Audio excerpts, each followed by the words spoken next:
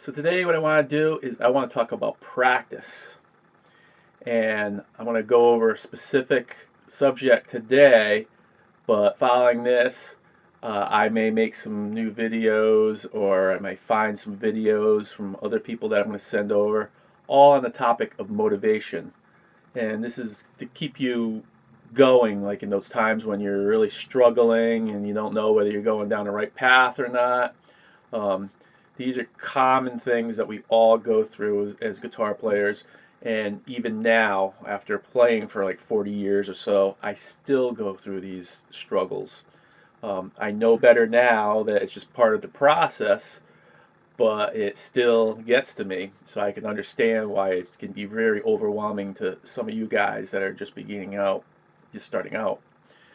So, what I want to start out by talking about is when you're working on a song and you're just getting frustrated. Things are just not working out. You're not getting it, and you might even be like, this guitar, this stuff is just not for me. It's not my thing. Well, it's not really a matter of that. Anybody can learn the guitar. It's a matter of learning how to practice correctly and to manage your expectations. So, a perfect scenario is say you're working on a song and you're playing through it over and over again, but things are just falling apart. Um, I just went through this with one of my students, and I explained all this. So if you're watching this, here you go. You're going to hear it again. Um, so what happens here is, are you practicing that along with the full speed backing track? If you are, then most likely you're doing something wrong here, and that's playing with the full speed backing track. You don't want to do that. If you go and try it full speed, you're rushing to get the chords in place on time, and you're hitting the wrong notes, you're making different formations, and you're just making mistakes left and right. And the more you do that, the more it gets ingrained in your brain, and the harder it's going to be to break those habits and do it the correct way. So you want to start out the correct way right off the bat.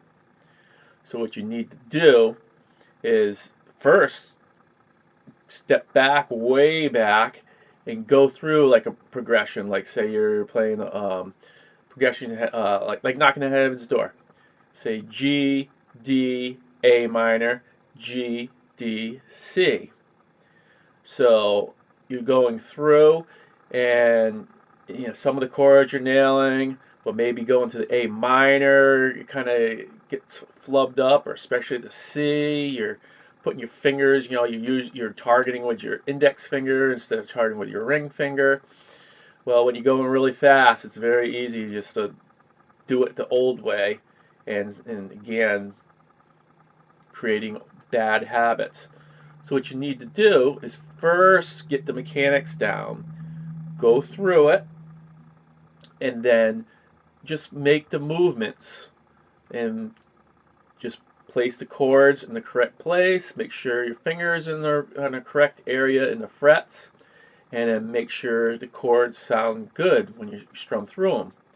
And you kind of just go through that, taking your time. And then the next step is to go ahead and then keep doing that, but try to see if you can now go through it a little bit more even. One common mistake at this step is by even, people end up going and doing it way too fast.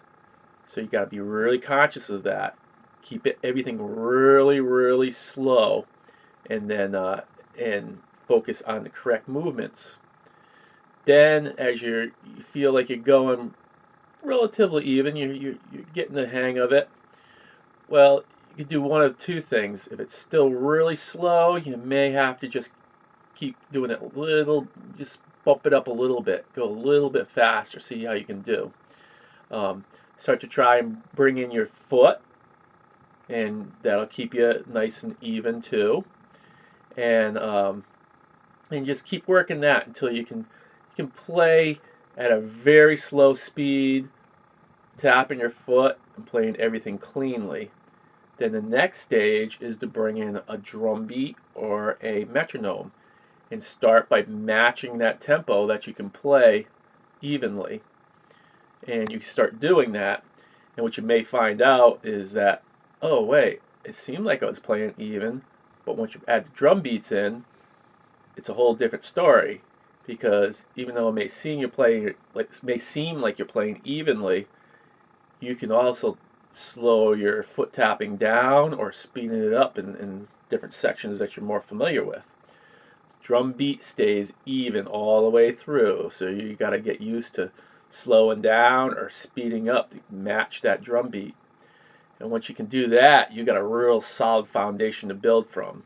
Then what you do is, boom, you bump it up one little bit, maybe 5 beats per minute. Then bump it up a little bit more, and it doesn't have to be 5 beats. If 5 beats is too much, you back it off. Maybe go up 3 beats, maybe 2 beats. When you get up right up to your level, your threshold, you may have to go up in 1 beat per minute increments. But yes, you start building up little by little until you can play at full speed.